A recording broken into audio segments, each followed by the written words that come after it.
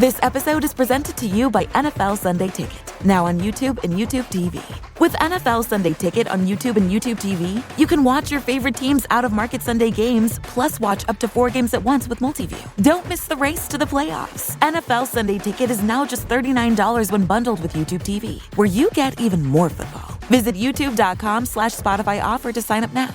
Lowest price on YouTube TV with base plan. Rest of 2023 season. Terms and embargoes apply. No cancellations. This episode is brought to you by State Farm. From your morning podcast to your afternoon playlist, State Farm knows you personalize your entire day. And that's why State Farm helps you personalize your insurance with the State Farm Personal Price Plan. It offers coverage options that help protect what you care about most at an affordable price just for you. Like a good neighbor, State Farm is there. Prices vary by state. Options selected by customer. Availability and eligibility may vary.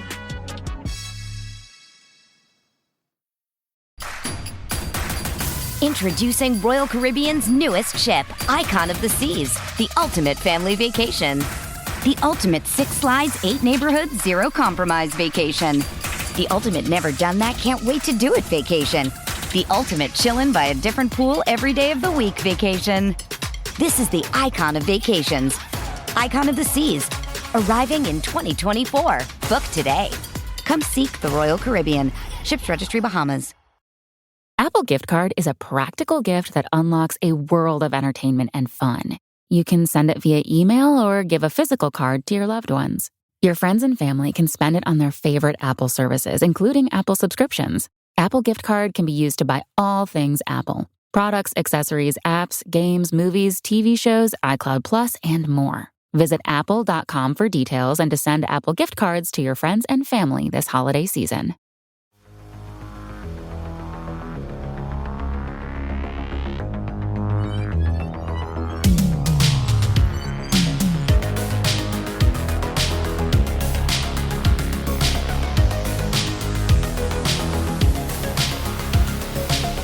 Welcome back to another episode of The Blue Turf. This is Thad Bell from the Blue Testament, or at least whatever we will be for the near future.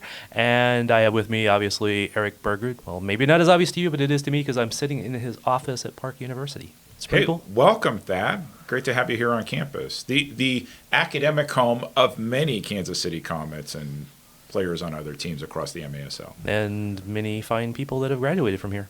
Beautiful campus. I'm not loving all the parking, but I have that problem at every campus I ever go to, so it's probably more me than anybody else. All right, we have a couple games to talk about. I don't know if we have any breaking news this week like we've had in the past, but we went in those last 2 games. We actually went in the last 3 games. You said they needed at least 6 points. They got 4? They got 4. Not as much as you had hoped for? Or what's your general impression from these last 2 games, though? So let's start with the St. Louis game. So Nick Vassos and I called the game for Sirius XM-FC, Channel 157. I have that emblazoned in my brain now. So we rode with the Comets to and from St. Louis, get some interesting perspectives of where the team is. And they went into St. Louis strong. Strong first half. They were up 4-1. And then St. Louis made the right adjustments at halftime, and all of a sudden, drip, drip, drip. Comets find themselves holding on 4-3, gave up a game-tying goal with 0.9 of a second left in regulation, and then lost on a Deduca top-of-the-arc restart in overtime. So, sure, they got a point, and they've gotten a point in every game at St. Louis this year, so I guess that's a positive. But if you look at what could have been 3 points on that New Year's Eve game. They wound up winning in overtime, and could have been 3 points most recently here. In terms of positives, good game from Stephen Tukeski on his birthday playing in goal. We saw Christian Andreas have a great week last week, started with a goal in San Diego, 2 goals in St. Louis, and then another goal against Milwaukee. We'll talk about that. But they didn't hold on, and ultimately that was the result. Something worth mentioning in that St. Louis game, several players did not make the trip, and we'll talk about that when it comes to Milwaukee's choices in terms of who they brought down to Kansas City. But coaching staff made some decisions in terms of which 16 to bring to St. Louis, and they did enough to win. They were just 0.9 of a second short of sealing the deal. That has been a little bit of a trend in St. Louis that can't quite seal the deal there, can't quite make the finish. I mean, it's good that they're getting that close at least, but not good enough. Well, and ironically, throughout the SiriusXM broadcast, I commented positively on the Comets' defense. They targeted Duduka, would not let him turn on his left foot, and they held him without a goal in regulation. But you get to overtime, a free kick, you think that that perhaps he's going to be an option out on the wing, and he decides to, instead of Lucas Almeida, who you would expect to pass it to him, he decides to take the shot, gets it around the wall, and blew it into the corner past Stephen Tokeski and took off his shirt and had a great celebration. Yeah. Let's see. Just looking back at that game, you mentioned Tokeski. I think he played really well, especially for being, still a rookie for this league. I think he's a really solid keeper. There's obviously still that inexperience there, but I could easily see him being a keeper in this league for many years if he continues to grow and develop as we think. Other guys who got some time there, Junior Kazim, what'd you see from him? Still a little rust in game time situation. He definitely got a look because Rion Marks stayed in Kansas City, so he became the other option there at target. I think he had a fine game, but he didn't really get a good crack on goal, so I think it's a little early to make any judgment on him. Yeah, I kind of feel the same, but from having watched him in practice and last year, when he's in the box, if he can get a ball, anything bouncing around in the box, he's going to be dangerous. I'm not saying he's going to put all of them away, but he's going to at least scare the heck out of the keeper. It's that in that transition in between the boxes, essentially, he doesn't really fully understand the indoor game yet. He's learning and he's getting better at it from having watched him in practice, but it still is not his strong suit. So if they can have possession and get a ball bouncing around in that box, I think he'll score some goals. At least be fighting for playing time in there. The player that for most of the game impressed me the most was actually O'Dane Sinclair on the back line, matching up with Duduka, and unfortunately for him, he got flagged for a 2-minute penalty, and I was very intentional about flag. We're not talking about football. The review from Jeff Locker on what wound up being illegal use of a hands above the shoulder, and that's what led to the power play opportunity at the end of regulation, and he wound up being the person who kicked the ball out of bounds that led to the Duduka goal in overtime. You put those two plays aside, and he had one of the strongest games, I thought, for the Comets in St. Louis. Yeah, I agree. And I'm sometimes critical of O'Dane because he's not the fastest guy out there, but he played really well, and all credit to him for what he did. That hand that got up there was, I think, very inadvertent. It wasn't anything dirty at that point or trying to hurt anybody or anything like that. I understand. It's the rules. That's the way it is. But, it's just sad that it had to end that way for him. Well, and unfortunately, if one more second, not even giving up a goal, we wouldn't even be having this conversation, right? It just that's the way indoor soccer goes. It's a matter of fluky plays, weird bounces, weird circumstances, cause and effect, and it is what it is. But in general, I saw enough of them that they can compete on the road, but you still have to get the 3 points.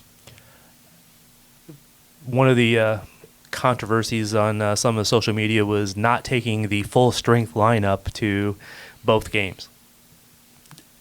I have some thoughts, but I would like to hear yours. So I was good, if you want to call it that on Friday night. I was chatting with some of the players. I'm like, I'm looking at Facebook. Should I comment? And they're like, no. So I wound up trying to get some rest on the bus ride back to Kansas City. But I noticed the same thing with Milwaukee fans the next night, and I did have back and forth with Milwaukee fans. Here's the deal. So in a couple cases, there were players who were playing with injuries who were being expected to go back-to-back, and I can attest, since I was on that trip, I did not get home Friday night until 3:20 in the morning, so technically Saturday morning. That's a very short turnaround if you're not 100%. So I very much understand why some decisions were being made. And I would say that the next night, Milwaukee came into town with an even more challenging turnaround. They played at home, won in a battle against Florida, and then drove down after the game to Kansas City. That's expecting a lot for bodies that might need some time to rest. And the Milwaukee fans were even louder in their, let's call it, dismay for the decision to, in their case, not bring 7 players who had played Friday night into the Saturday game. I was actually talking to one of their players. I was doing photos from the bench, and they're right next to me. There was a period where I was just I said, hey, how's it going? How was the trip down? Just kind of BSing a little bit. And like, oh, yeah, we got in at 8 this morning, and, we got a little nap, and then we play. And that sucks. The Comets have done that turnaround too many times already this season, and they suffered for doing that also. But I understand fans like, oh yeah, and I know you've brought this up in the past. The old days, they'd play 3-3 in the weekend, and the NPSL, and et cetera, et cetera.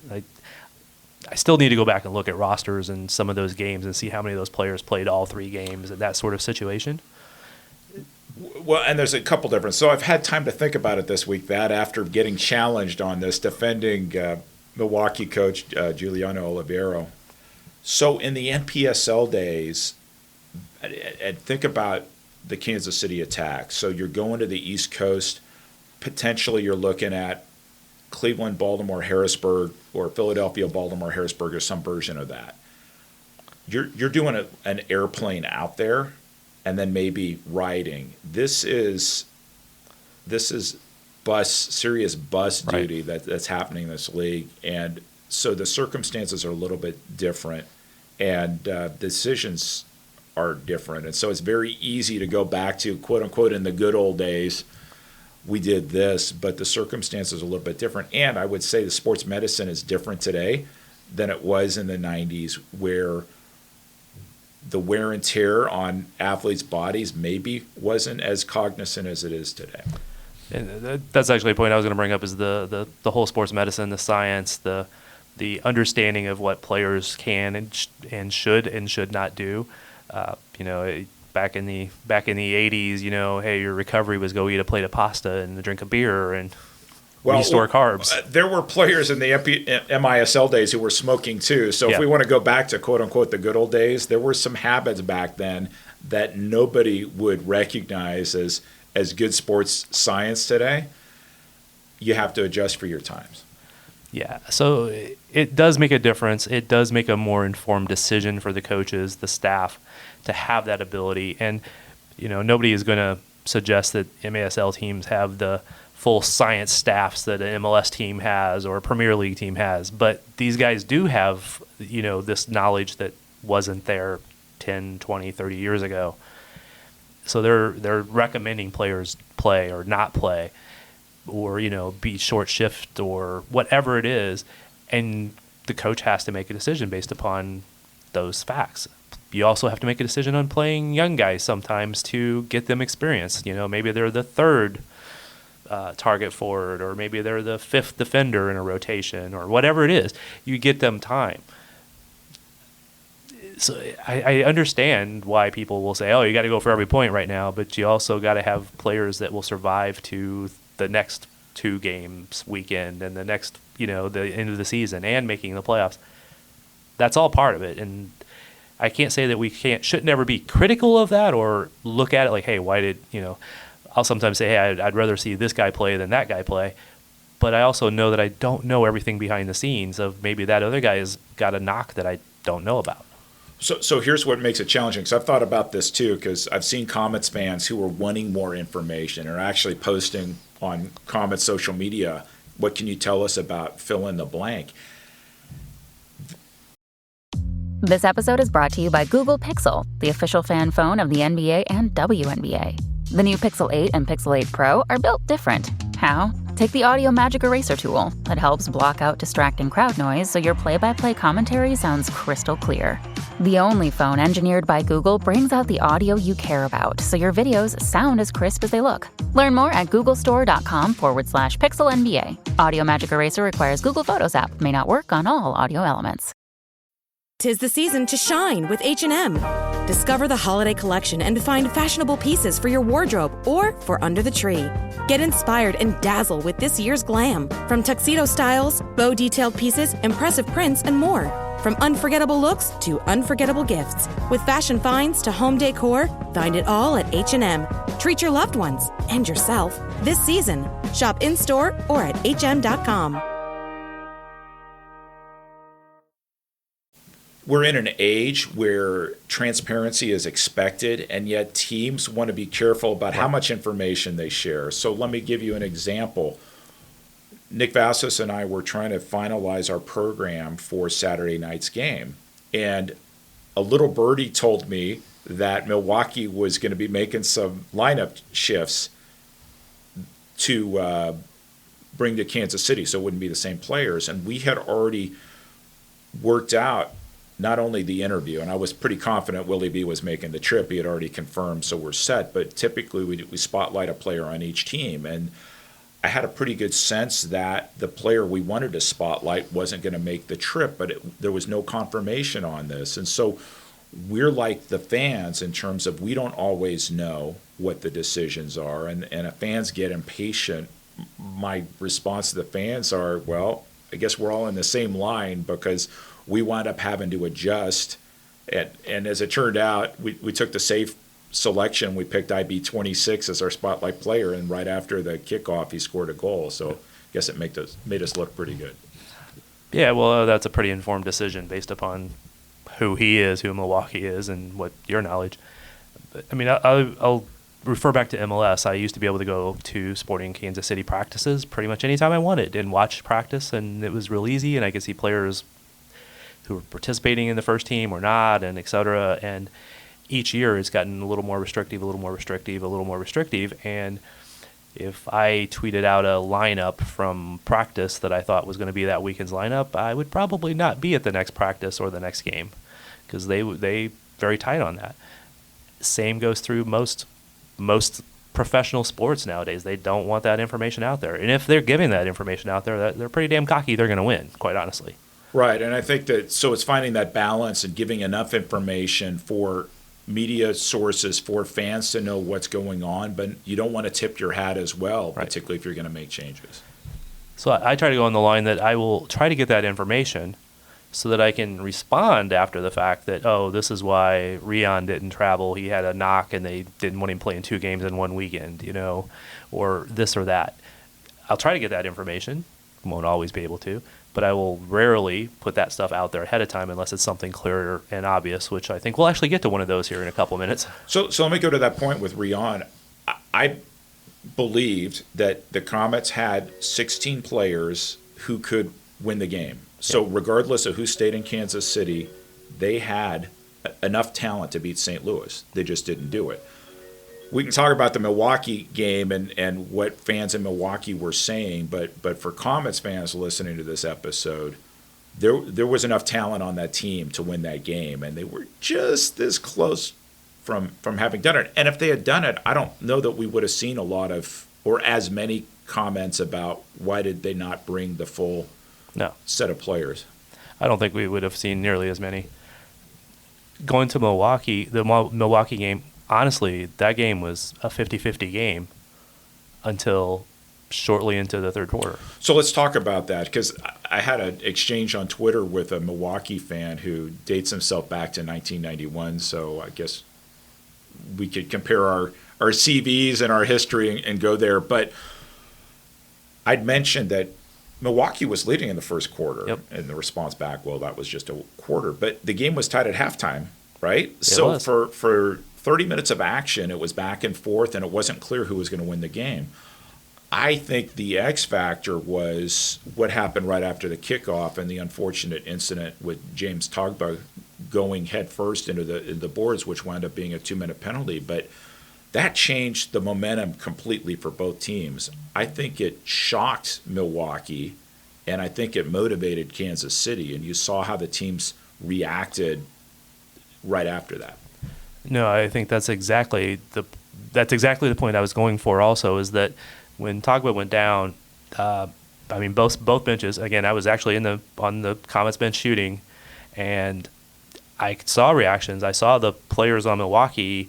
I saw them coming up and telling their coach, what happened, and we didn't try to do this. We didn't mean this. They were remorseful, and the Comets were all very concerned and very worried, but they also looked very determined. And when we talked to a couple players and Leo after the game, we said, did that maybe turn the game? Did that, we're not going to lose for James. We're not going to lose for Togs, or however they were referring to him different ways. We were going to win this game for him.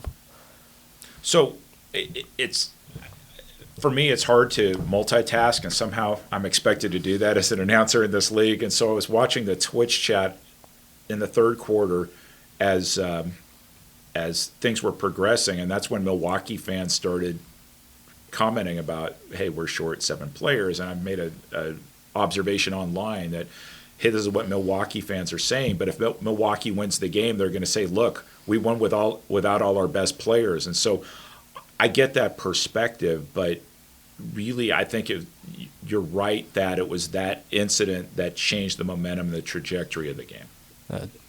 Absolutely was, in my opinion.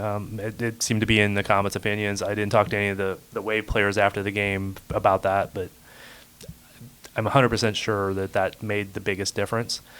I'm going to say, hopefully there's a bright spot in this, and that the Comets keep that momentum going, because they've had a lot of games where they were clearly the best team in one half and clearly the worst team in the second half, or that sort of thing. So this was probably one of their more complete games overall.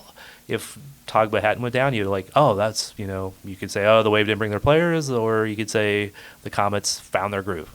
Well, the other thing that I noticed, San Diego did a terrific job man-marking Leo the previous Sunday, and St. Louis held Leo at bay that Friday night. And for me, it was the matchups, the space that Leo either had or created for himself, that was the huge difference on Saturday night. So we picked him as a spotlight player, and it was sort of that Bennett's going to score, so Leo's got to kind of do something to counterbalance that, and winds up scoring 4 goals and created all sorts of space, had a couple assists on top of that, and that was huge. We hadn't seen the Comets hit double digits since last March.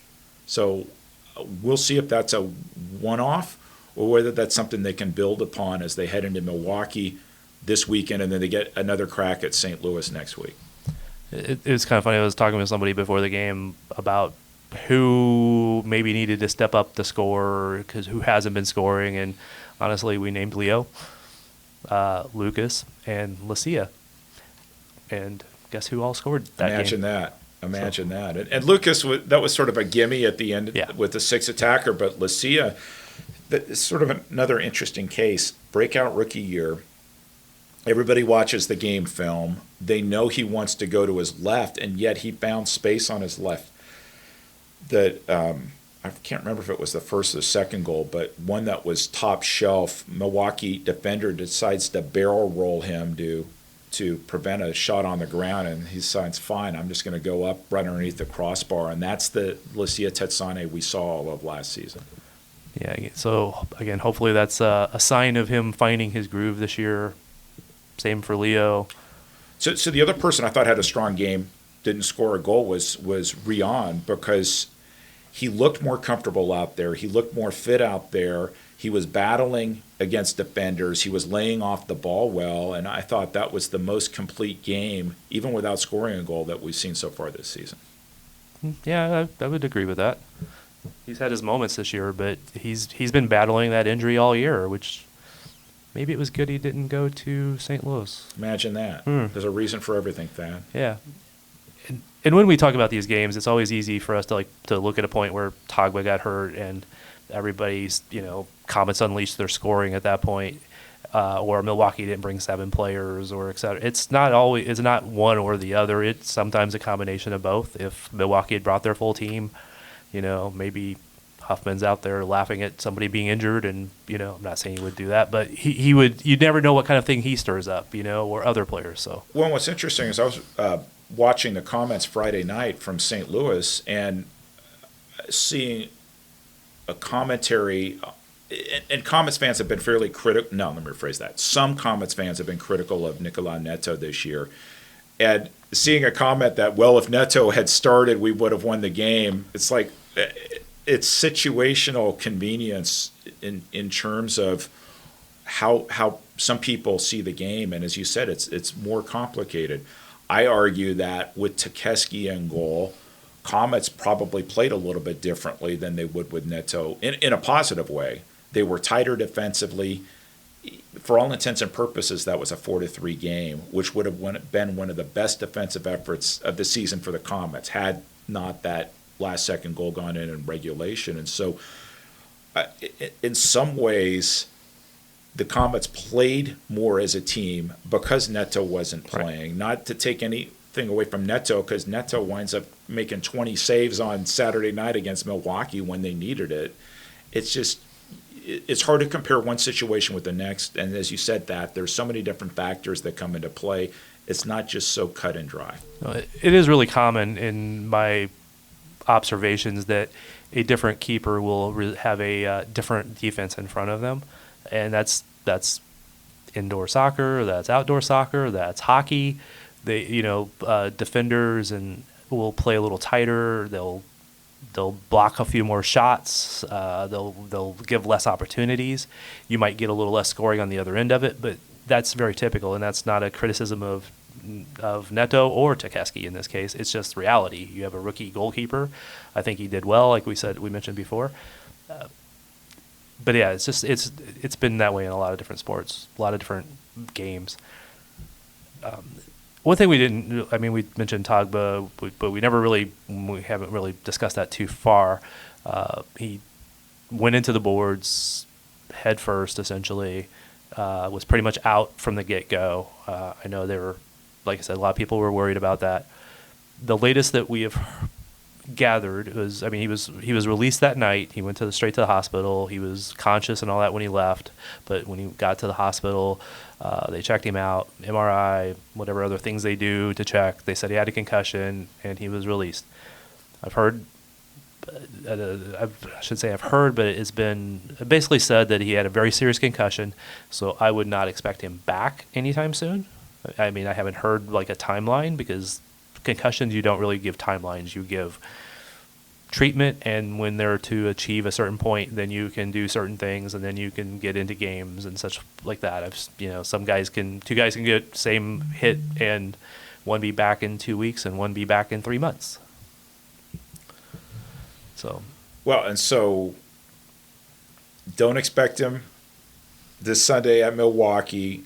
And then we'll see what happens in February. Comets do have some home games in February, which not just for Togbah, but for other players, getting a break from traveling long distance, that is a good tonic for this franchise.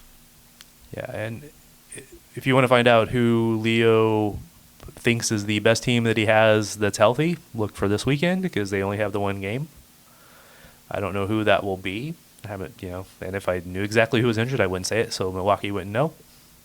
Well, and that's going to be an interesting matchup, because if you recall, the last time there, Milwaukee was destroying the Comets. The Comets battled back and then gave up another last-minute goal to Derek Huffman, who had some interesting comments to say after the game, which is fine, which then sparked a suspension, sparked some, let's say, circling the wagons by the Milwaukee fan base. And so this is Kansas City's first trip back to the UWM Panther Arena, and so I expect it to be intense. I still believe this rivalry is the most intense in the MASL. Some Milwaukee fans may think their Baltimore rivalry is. I guess that's a value judgment, but this is a huge game for both teams. Milwaukee finds themselves in first place, but with a bad taste in their mouth, having lost their first game of the year to Kansas City this past Saturday night. For Kansas City, they're in third place. With Baltimore in the rearview mirror, Baltimore plays at Harrisburg this weekend. Harrisburg is struggling this year, I think it's safe to say. And so you really can't look at the schedule and hope that other teams solve your problems for you. You have to take care of your own business. Getting points this weekend is imperative for the Comets. I didn't say winning in regulation. I said getting points. Well, and that's again, that's always going to be a situational thing too. If you go play in Harrisburg, you're going to say you got to get a win. If you're going to say you're going to Milwaukee, you're going to say you got to get points, because all those teams are in different places of their season journey. Although I expected Milwaukee to be good, and I didn't expect Harrisburg. So and like a broken record, I've been saying on multiple episodes that getting ready for the playoffs is the ultimate goal here. Yes, it would be nice to win the regular season Eastern Conference title, but ultimately you want to play yourself in a position where you have a relatively healthy lineup and a team that is confident that they can go into anybody else's arena and win. Because in the playoffs, you get to a quarterfinal, semifinal matchup, and you're looking at home and home plus a potential extra game at the higher seeded team. And so if the Comets wind up being a 3 seed or a 4 seed, they're going to have to win some games on the road. Yep. That's their journey to the Ron Newman Cup championship. Yeah, a relatively healthy and in-form team that is playing well at that point. They have to, you don't want the peak to be in the beginning of the season, like essentially that was for the Comets last year. They were lights out in the first part of the season, and then not so much the second half. So let's talk about another player who's shown flashes, but he hasn't been able to get consistent playing time. Is Milos Vucic. Got his first action here on Saturday night. Flashes of brilliance. Yep. He is still learning the indoor game. We've seen his goals on YouTube. He has a cracker of a shot. He's still trying to figure this out. He doesn't have a full season of indoor soccer experience to draw upon, but if he can keep getting game time through January, February, heading into March, for me, he's an X factor for the Comets moving forward, because he's somebody who could be a game difference type player. Yeah, I agree. When I've watched him in practice, he's very good. He has a tremendous amount of skill, but you can see him look every once in a while, why did everybody just do this and I was not in on it? Because he's not. He doesn't understand the game that well yet. But I think he has the potential to be, if he continues to play this game for another year or two, he could be one of the best players in the league, if not, Well, and then injuries are an unknown. So we've talked at length about James Togbah's head injury and concussion in Kansas City. Benji Monreal had a really nasty head-to-head incident in San Diego.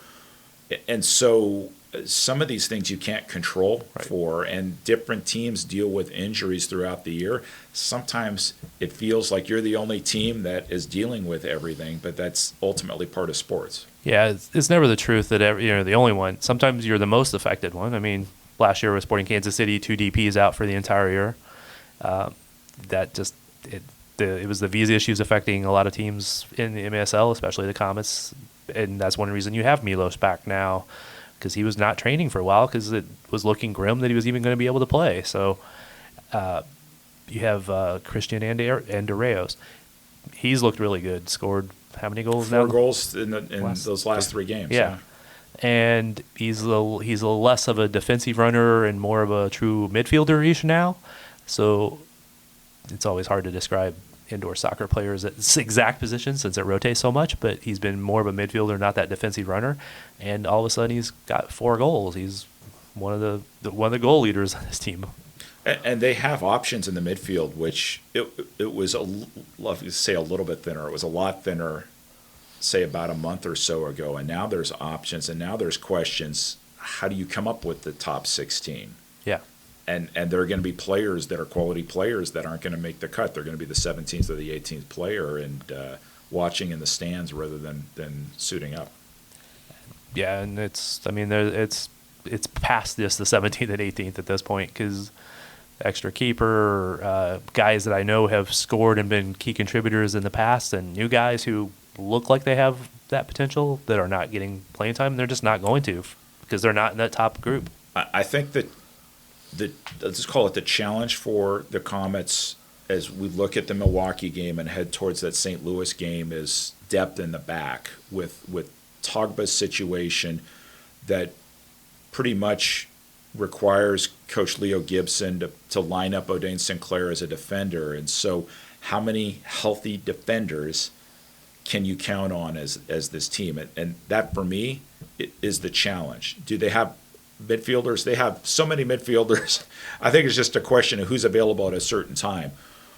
They've been challenged up front, but now it looks like they have the options they need at target. And as you said, they have 3 goalkeepers. It's healthy defenders, and it's not just bodies, it's the combinations of players. Do you have enough speed back there to match with either physical defenders or offensive-minded defenders? All right. I think we've covered the last 2 games pretty well. We've talked about the next game pretty well. I'm going to turn the tables on you a little bit. How was it to call the game for Sirius Satellite Radio, Sirius X? Sirius XM FC, channel 157. Which is actually what I was listening to as I drove here to talk to you.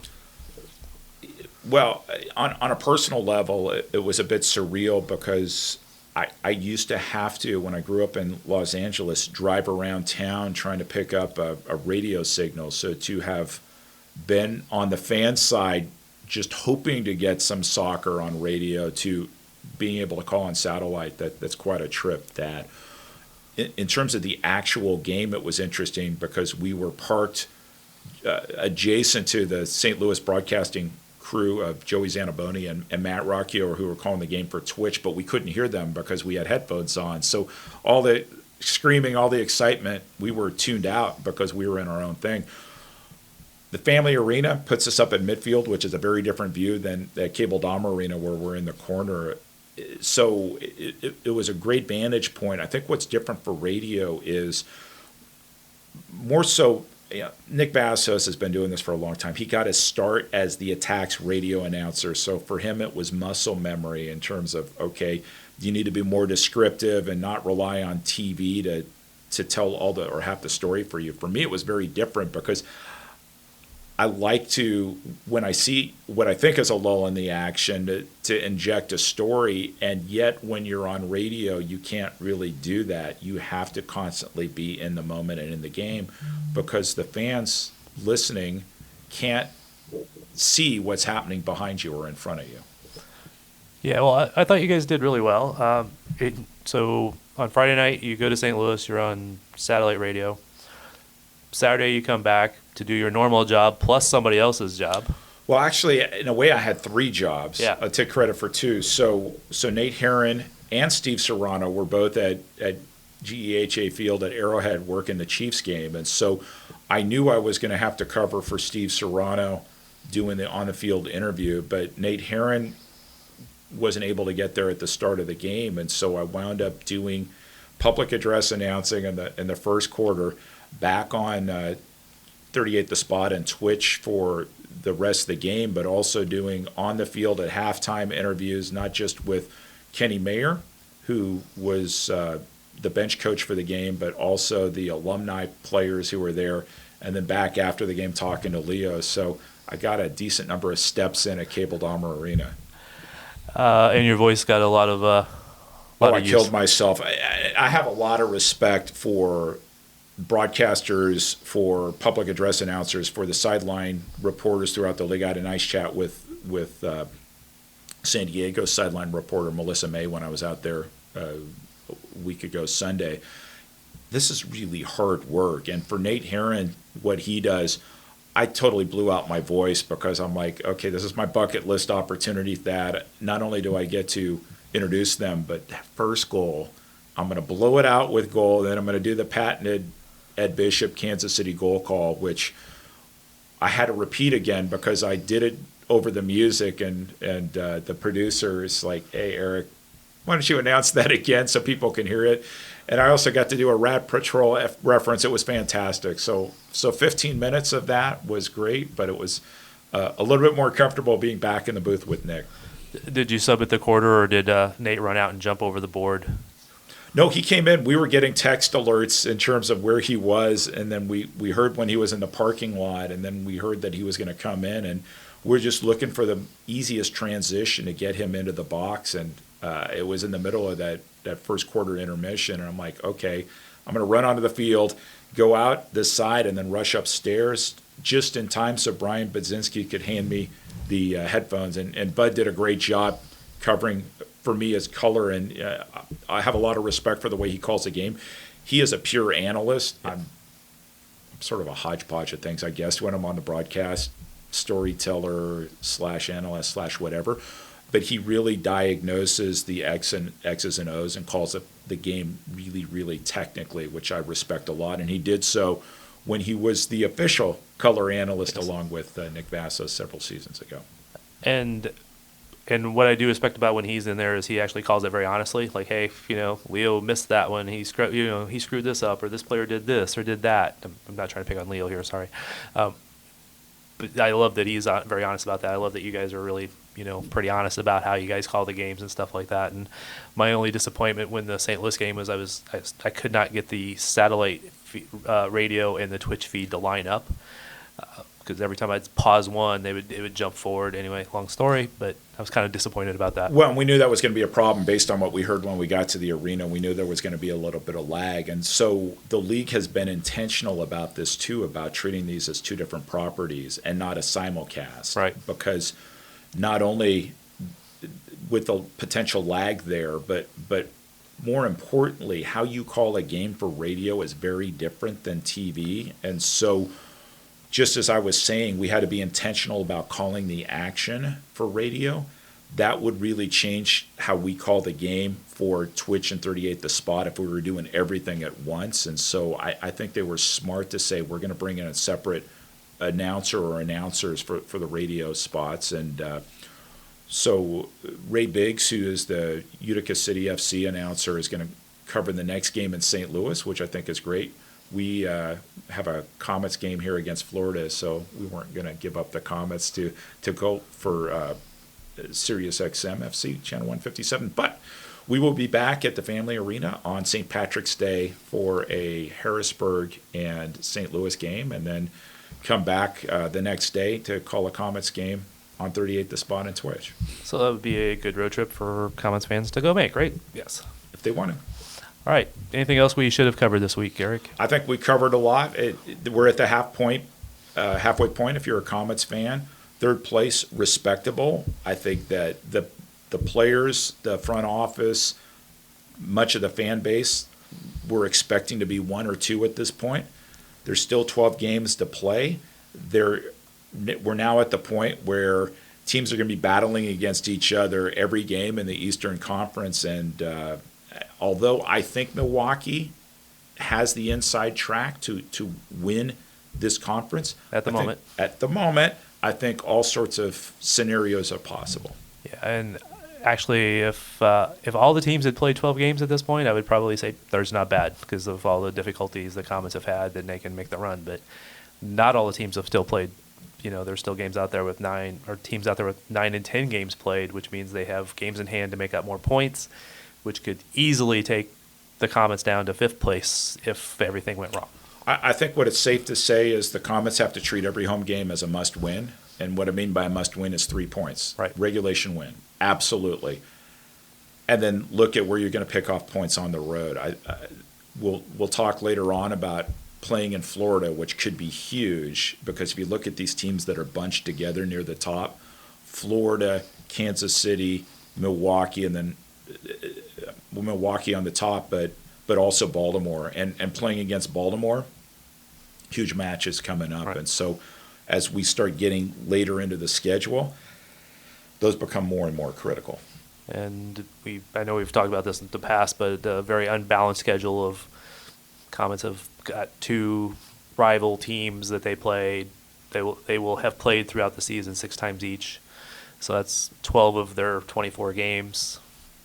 You may not have some of the teams that are a little less likely to get points off, take points away from you. So they don't get as much of that opportunity as some other teams do. That's just the way the schedule is, and you got to live with it. But that will probably affect how the final standings are. And yet the Comets knew that going into the schedule. The schedule was published. Everybody knew what was expected. No games against UCFC, 2 games against Harrisburg. So there were going to be challenges, but ultimately teams find a way to weather those challenges. And as an example, couldn't tell you, other than the Empire Strikers, how many times San Diego Sockers play every other team in the league, but they don't seem to be having a problem with an unbalanced schedule in the Western Conference. So teams will rise to the occasion. No, they're very, very true. One other piece of news that I meant to bring up, but it was the trade, St. Louis sending Stefan Mijatovic to UCFC. So there's a front story and a back story, I would assume. That I guess the front story is that Everton, who is the new UCFC coach, coached Mijatovic in St. Louis. I believe he brought him in. So once I saw that trade, that made sense. That would be a logical place to go. The back story is that he wasn't playing 100% of the time, couldn't tell what was happening with St. Louis and Mijatovic's place there. So kind of wondered when we didn't see him suit up for that Comets game in St. Louis, why wasn't he in the lineup? Well, there you go. All right, good question. All right, we will talk to you later. Thank you again, Eric, for joining me, as always, and we are out.